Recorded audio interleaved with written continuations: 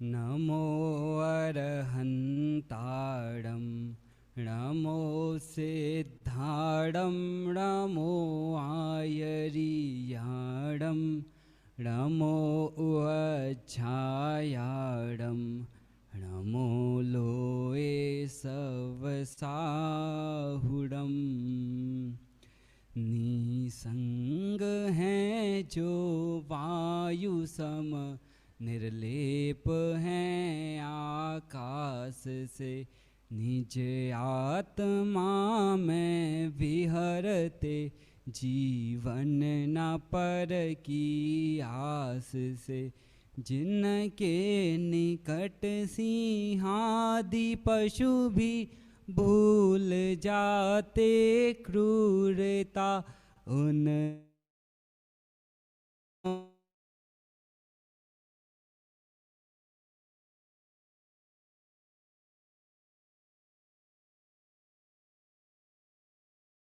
प्रभावे कृष्ण कर्मणा, तस्मै संज्ञान रूपाय नमोस्तु परमात्मने।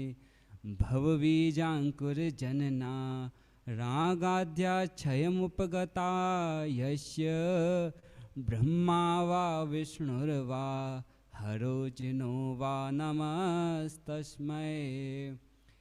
आचार्य श्री पूज्यपाद देव द्वारा विरचित इष्ट उपदेश। इष्ट है उपदेश। कौन सा इष्ट है हमारा? कि हमारा शुद्धात्मा है, वो हमारे लिए इष्ट है। तो उस शुद्धात्मा का सुंदर विश्लेषण यहाँ पे आचार्य देव करते हैं। कौन से आचार्य देव? आचार्य श्री पूज्यपाद देव। देखो, सर्वप्रथम जिनवाणी की पात्रता क्या है कि हम जिनवाणी को सुने ना। क्यों सुने? कि एक मृदंग वादक था। मृदंग समझते हो? जैसे एक ढोलक होती है, ऐसे एक मृदंग एक वाद्य यंत्र है, तो उसके बजाने वाला था।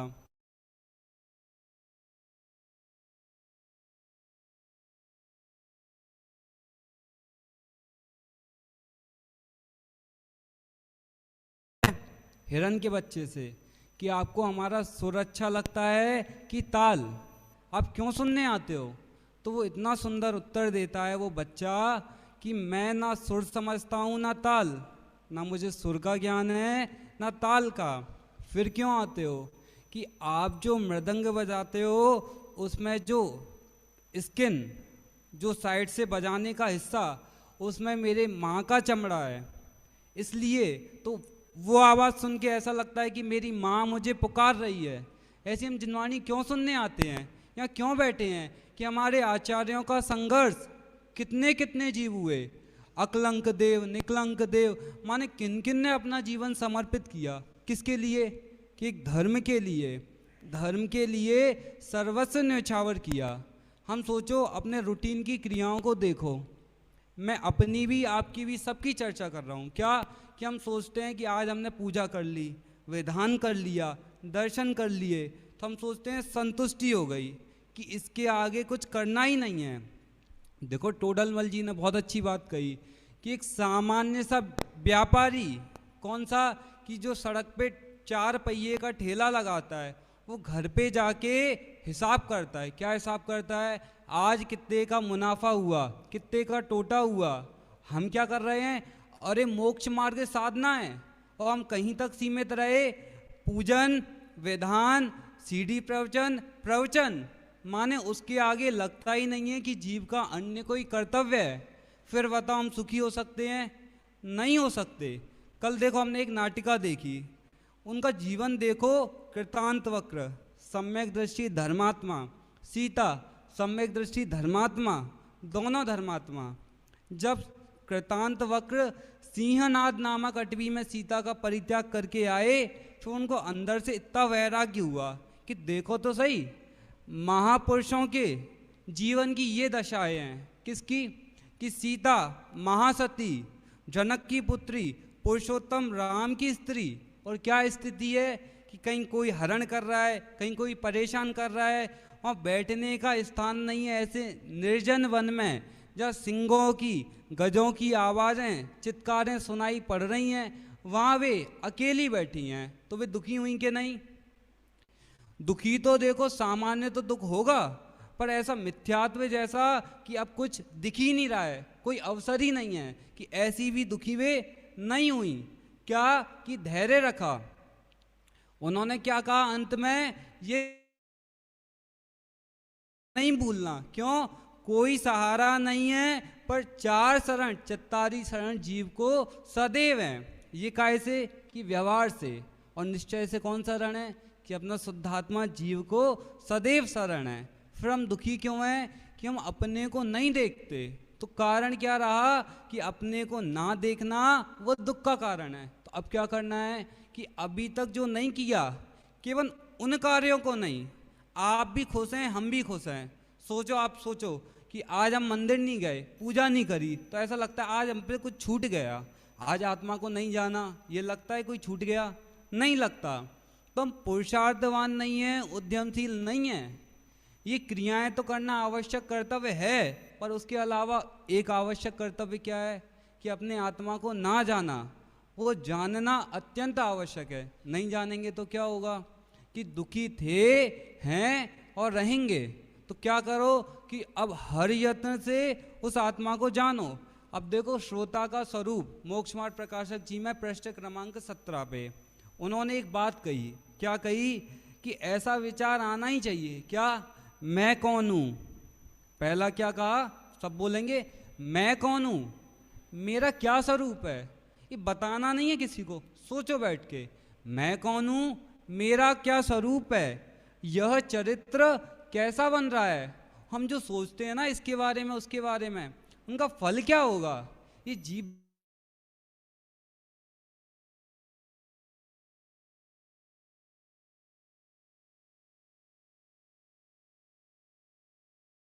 आए, लक्ष्मण आए, जनक आए, नहीं, कोई नहीं आए। वो दुखों को भोगने के लिए जीव अकेला खड़ा है। तो क्या करो कि वे दुख ना आए, ऐसा पुरुषार्थ करो। ऐसा उद्यमवंत जीव को होना चाहिए। हम देखो ये सोचते हैं, खरगोश देखा है आपने, उस पर विपत्ति आती है तो क्या करेगा? आंख बंद कर लेगा। क्या? कि आपदा नहीं आएगी। ऐसी हम सोचते हैं। ईस्ट उपदेश में अभी आएगा, वृक्ष पे बैठा पुरुष क्या कह रहा है? वो देखो जंगल में हिरन जल गया, वो गाय जल गई, वो शेर जल गया। अब उससे पूछते हैं कि तुम जलोगे कि नहीं? कि संसार में आया पुरुष नियम से जाएगा कि नहीं? कि जाएगा। तो उसके पहले क्या करें? कि हम हित साध लें। यदि तुम्हें दुखी ना होना हो तो अपना हित करो। आचार्य देव कहते हैं, स्वाधीन उपदेशदाता का, गुरु का उपदेश मिल रहा है, फिर भी वो ना सुने तो आचार्य कह रहे बड़ा दुष्ट है, ढीठ है, दुष्ट चित्त है। क्यों? कि तुम्हें आज अवसर मिला और नहीं सुन रहे हो, तो क्या तुम बहुत ढीठ हो, दुष्ट चित्त हो। तो क्या करो कि सुनो। कैसे? कि ये मेरी ही बात है, हित पर दृष्टि रखकर सुनो। देखो, एक राजा थे, राजा, उनके यहाँ पे एक सेवक था। तो सेवक ने बहुत अच्छा काम किया। अब वो वृद्ध होने को आया तो राजा ने सेवानिवृत्ति मांगता है राजा से। तो राजा ने कहा तुम्हें कुछ चाहिए? तो उसने बोला नहीं, मुझे कुछ नहीं चाहिए। तो राजा उसकी उदारता देख के बहुत प्रसन्न हुए। तो राजा ने उसको एक चंदन का खेत दे दिया। वहाँ क्या लगे थे? चंदन के ढेरों वृक्ष थे। तो अब उसने क्या कहा, ये सूखी लकड़ी कोई काम की नहीं है, इस पे क्या करें, यहाँ बाजरा उगा दें। तो उसने क्या किया, उन सारे वृक्षों को काट के और जला दिया, और क्या बो दिया वहाँ पे? बाजरा। अब कालांतर में उस जगह से राजा निकला। राजा की देख के तो आए, क्या हाल चाल है, हमारे वन का क्या हाल चाल है। तो देखते हैं राजा कि वहाँ कुछ चंदन का नाम निशान नहीं है, वहाँ क्या है? घास फूस, ये बाजरा लगा है।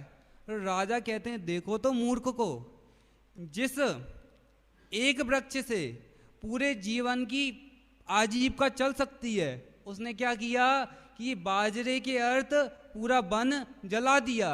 ऐसे ही इस अज्ञानी जीव ने विषयों के अर्थ पूरी मनुष्य पर्याय खो दी। टोडरमल जी ने एक उदाहरण दिया, मनुष्य पर्याय, उसकी 3 अवस्थाएं हैं, बाल, वृद्ध और तरुण। एग्जाम्पल क्या दिया कि गन्ना होता है, गन्ने की नीचे का भाग होता है ना, उसको बोलते हैं काना गन्ना, वो मीठा भी नहीं होता है। अब उसको कोई स्वाद का लोलूपी बिगाड़े तो बिगाड़े, वो कोई काम का तो है नहीं है, खाएंगे तो दांत छिलेंगे, मसूड़े छिलेंगे। ऐसी कह रहे उस भाग को कोई स्वाद का लोलूपी बिगाड़े तो बिगाड़े, यदि उसको बो देगा तो ढेर सारे गन्ने उगेंगे। ऐसी यहाँ पे कह रहे हैं कि इस मनुष्य पर्याय ये कैसी है, उदाहरण दिया ये काने गन्ने के समान है।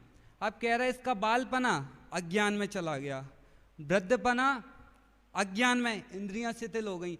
अब बीच की अवस्था है, वो कोई सुख का कारण नहीं है। उसको यदि धर्म में लगाएगा, फिर ये लाइन मुझे बहुत अच्छी लगी, आनंद बहुत आएगा। वहाँ पे क्या कह रहे हैं कि आपको बहुत अच्छा लगेगा जब हम आनंद ज्ञान कर लेंगे ना, सच्चा ज्ञान, सम्यक ज्ञान, तो आनंद बहुत आएगा। उसके आगे सारा आनंद फीका है। तो आपको देखो ये लाइन बताई ना कि मैं कौन हूँ, मेरा क्या स्वरूप है, ये चरित्र कैसे बनना है, और ये जो भाव होते हैं इनका फल क्या होगा। तो महासती सीता का 12 मासा है। मैंने बचपन में उसकी लाइन याद करी, आपको बताते हैं। निर्जन वन में स्वामी तुम तजो, बैठन को नहीं ठौर, क्या हम सतगुरु निंदियो, क्या दियो सतियन दोष। अब भी कह रही हैं ये हुआ क्यों, हमें दुख मिले हैं ना, आप और हम सोचो, ये घुटने में दर्द हुआ, ये परेशानी आई, ये प्रतिकूलताएं आई, कारण क्या रहा। ये हमारी इतनी कम बुद्धि हुई ना, तो हमने धर्म के लिए शक्ति को छिपाया, ये कारण क्या रहा। तो अब वे हिसाब लगा रही हैं, कारण क्या, मैंने कोई किया है गलत कार्य। तो कहती हैं क्या हम सतगुरु निंदियो, क्या दियो सतियन दोष, क्या हम सतसंजम तजो, किस कारण भय रोष, क्या पर पुरुष निहार के, परभव कियो है निदान, क्या इस भव इच्छा करी, क्या मैं कियो अभिमान, कटुक बचन स्वामी नहीं कहे, हिंसा कर्म न कीन, पर धन पर चित नहीं दियो, क्यों मन भयो है मलिन। हमने कुछ भी गलत कार्य नहीं किया। वर्तमान जीवन में सीता महासती थी, निर्दोष थी। वे कह रहे हमने परपुरुष को भी नहीं हारा, किसी के धन की इच्छा भी नहीं करी, संतों को धर्मात्माओं को दोष भी नहीं दिया। कारण क्या रहा। तो कह रहे ये परभव में कोई दोष किए हैं, वो उदय में आके दुख को दे रहे हैं। क्या कह रहे, वर्तमान में तो निर्दोष हैं। हम सोचते हैं हमारे साथ क्यों हुआ, कि हाँ हम वर्तमान में निर्दोष हैं, पर पूर्व में किया है वो भोगने में आएगा कि नहीं। देखो प्रकृति में अन्याय नहीं है, स्वयं करेगा तो फल उसका नियम से मिलेगा ही मिलेगा। और हमें ये अवसर एक बार मिला है, पुनः जिस कर्म के उदय से हम ये मनुष्य पर्याय में बैठे हैं, यहाँ बैठे हैं, वो जाएगी नियम से कि नहीं जाएगी, जाएगी। उसके पहले क्या करें कि हम अपना हित कर लें। देखो सीता जंगल में एकाकी बैठी है, दुखी नहीं हुई। क्यों, जो स्वांग को भेद के देखता है उसको मोह उत्पन्न,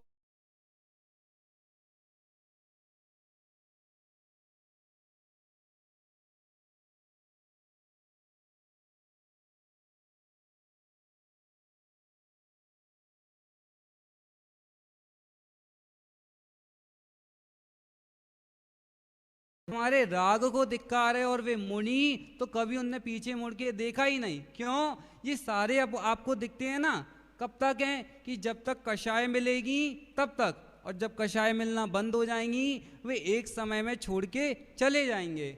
हम जयपुर में पढ़ते थे, आदरणीय दादा हुकुमचंद जी भारिल, वे एक उदाहरण देते। जब मैं आया था प्रारंभ में तो मुझे बहुत अच्छा लगा। उनने बोला आपकी आवश्यकता तब तक है जब तक आपकी ज़रूरत है। वो अपनी माँ का उदाहरण देते कि उनकी माँ को टीबी का रोग हुआ, बहुत बीमार थी, कमज़ोर थी, फिर भी वे कहती थी कि हम खाना बनाएंगे, भोजन बनाएंगे। तो दादा कहते कि हमें बड़े भाई साहब हैं तो हम लोग बना देंगे, आप क्यों इतनी शक्ति नहीं है, क्यों इतनी मेहनत करती हो? तो उनने बोला, बेटा यदि हम एक दिन कार्य नहीं करेंगे, 2 दिन नहीं करेंगे, तुम हमें पूछना बंद कर दोगे और तीसरे दिन तुम हमें देखना भी बंद करोगे। संसार के लोग कब तक करते हैं? जब तक कषाय मिलती है। और सोचो हम जिस शरीर के लिए करते हैं वो शरीर कितना हमारा साथ देता है। एक हिरन को शिकारी ने तीर मारा, ठीक है भाई साहब, एक हिरन को शिकारी ने तीर मारा और वो भागते हुए झाड़ियों में जाके छिप गया अच्छे से। अब शिकारी आया और उसने उसको पकड़ लिया। कैसे पकड़ लिया? वो तो छिप गया। किसने परिचय दिया उसका? अरे वो भागा था ना, तो उसका रक्त था ना, उसके रक्त ने उसका परिचय दिया। तो वो शिकारी को प्रश्न पूछता है, आपको मारना है तो मारो, पर ये बताओ कि आपको मेरा परिचय किसने दिया? मार दो मुझे। तो उसने बोला कि आपके रक्त ने आपका परिचय दिया। तो कहता है, देखो इस शरीर के लिए मैंने कैसे डर डर के घास खाई। माने हिरन इतना भोला प्राणी है कि पेड़ को, घास को उखाड़ता भी नहीं है, ऊपर ऊपर से खाता है। वो कह रहा है मैंने इस शरीर के लिए हर एक प्रयास किया और उस रक्त ने, शरीर में बनने वाले रक्त ने मेरे प्राण ले लिए, असहनीय पीड़ा को दिया। इन कुटुंबी लोग के लिए मैंने कितना संघर्ष किया। जब अवस्था आई तब कोई साथ आए नहीं। रात देना मैं दास होए कर, सेव करी तन केरी, सोतन मेरे काज ना आवे, भूले रहो नींद मेरी। हम तुम्हारे लिए दिन भर लगे रहे और तुम हमारे उपकार को भूल गए। हम तो उपकार कर रहे हैं और तुम कृतज्ञ हो कि तुमने एक बार को नहीं सोचा कि हमने तुम्हारे लिए कितना समर्पण किया। तो क्या करें कि ये साथ नहीं दे रहा है तो हम बुद्धिमान हैं, तो उसको अब अपनाएं जो हमारा कभी साथ ना छोड़े। आपको बताया ये पर्याय कैसे मिली है कि कोई सत्कार्य किए हैं तब ये मिली है, और प्रकृति में अन्याय नहीं है। हम क्यों ना ऐसे करें, बालपने में ज्ञान लयो, तरुण समय संयम रत रयो, आवे नहीं फिर बूढ़ापनो, ऐसे रूप लखें आपनो।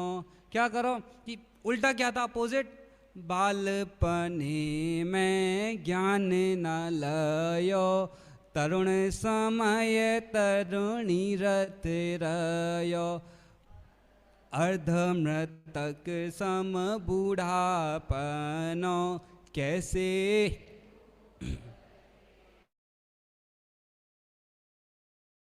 लख लो, फिर तरुण समय में संयम में लग जाओ, फिर क्यों बुढ़ापे के कष्ट आएंगे।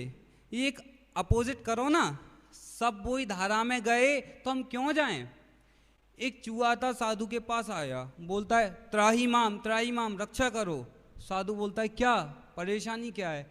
कि मारजार, बिल्ली मुझे परेशान कर रही है। संस्कृत में बिल्ली को बोलते हैं मारजार, संस्कृत के हमारे शास्त्री में था चैप्टर।